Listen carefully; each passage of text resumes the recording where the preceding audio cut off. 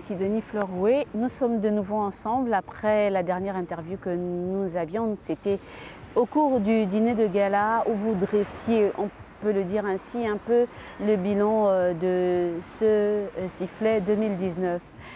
Nous sommes ici à la Pointe-de-Nez. Vous nous le disiez justement lors de ce dernier entretien.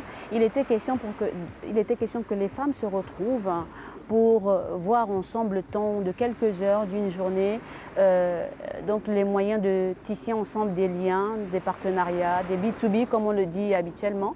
Et donc nous sommes quasiment au terme de cette journée. Comment cela s'est passé de votre point de vue? Merveilleusement bien. Vous savez, la Pointe-de-Nez est un milieu chargé d'histoire. Et le choix porté par les organisateurs du sifflet, entendant par le Sommet international des femmes leaders d'Afrique et d'ailleurs inspirantes, n'est pas un choix fortuit. D'accord. C'est un lieu, disais-je, chargé d'histoire. Et c'est parce que nous voulons que le sifflet est une histoire. Une histoire qui va se raconter et qui va se vivre au-delà de nos frontières. Ça s'est très bien passé parce qu'en revue, nous nous sommes encore retrouvés pour échanger sur les éléments additifs de nos recommandations. Et à ce propos, de façon unanime, les femmes ont estimé qu'il fallait mettre en place, il fallait internationaliser le salon de la femme. Initiateur donc de ce sifflet, de ce sommet international. L'accord de principe a été donné. Je puis même me permettre de dire que l'accord sans réserve a été donné. Nous allons donc, pour rendre l'idée effective, peaufiner cela, voilà, pour que le salon de la femme devienne le salon international de la femme africaine. D'accord. Le salon de la femme devient le salon international de la femme africaine. Concrètement, qu'est-ce qui va se passer lorsqu'on parle de notamment les réalisations,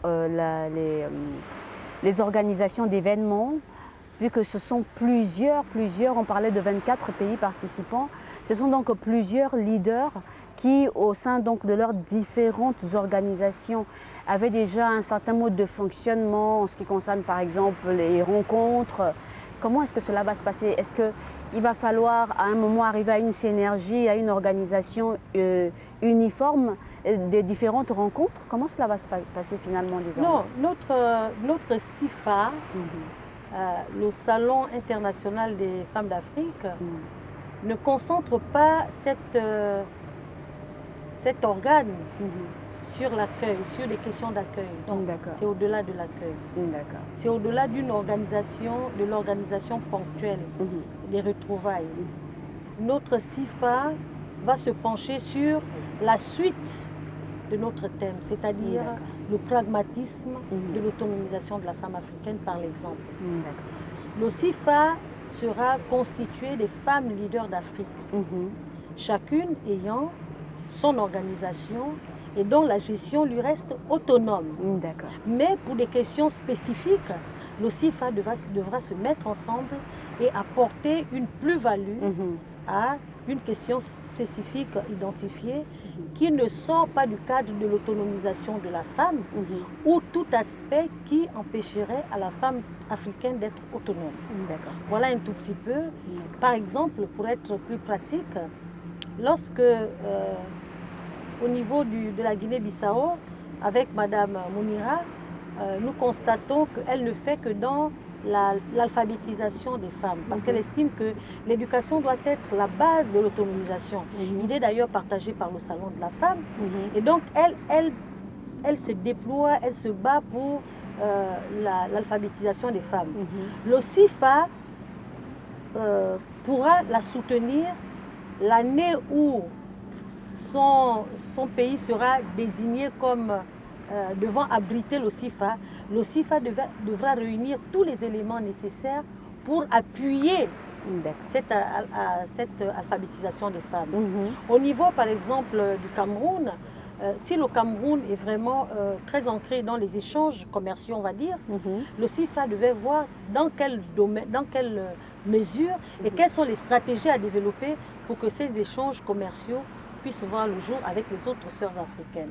Voilà, j'ai cité 2 exemples comme ça, mais ça va être un peu partout comme ça. Et nous allons également constituer une voix au niveau des Nations Unies. C'est justement la question que j'allais vous poser. Une voix au niveau des Nations Unies, mais naturellement en suivant la procédure établie par les textes internationaux. Si le CIFA doit passer par l'Union africaine pour accéder aux Nations Unies, nous passerons par l'Union africaine sans avoir l'intention de reculer. Parce que notre ambition, c'est de porter notre voix au niveau des Nations Unies. Si le CIFA n'a pas à passer par l'Union africaine, nous irons directement aux Nations Unies pour que la voix de la femme africaine puisse être portée par les leaders africaines, je veux dire les leaders des associations africaines, pas les leaders politiques des femmes africaines, mais les leaders de la société civile. Cela dit, une ouverture est laissée également aux femmes politiques qui voudraient rejoindre le CIFA, parce que nous ne sommes pas des ennemis. Nous devions travailler en collaboration pour davantage impacter sur les autres femmes, notamment en ce qui concerne leur autonomisation. Nous sommes donc arrivés au terme de cet entretien. Merci encore de nous avoir accordé ces quelques moments et nous espérons que justement le message que vous portez à présent va également toucher celles qui n'ont pas pu être là et ces autres femmes africaines qui vous regardent, pourquoi pas hors du continent et qui peut-être veulent également jouer quand même une part importante ou particulière dans justement l'autonomisation de la femme et notamment de la femme africaine. Et nous vous souhaitons bien sûr, que ce soit pour le CIFA ou le sifflet, tout simplement bon vent et voilà, le meilleur. Merci bien. Merci à vous de nous avoir suivis. On se retrouve très bientôt pour le format habituel du blog d'Alice. À très bientôt.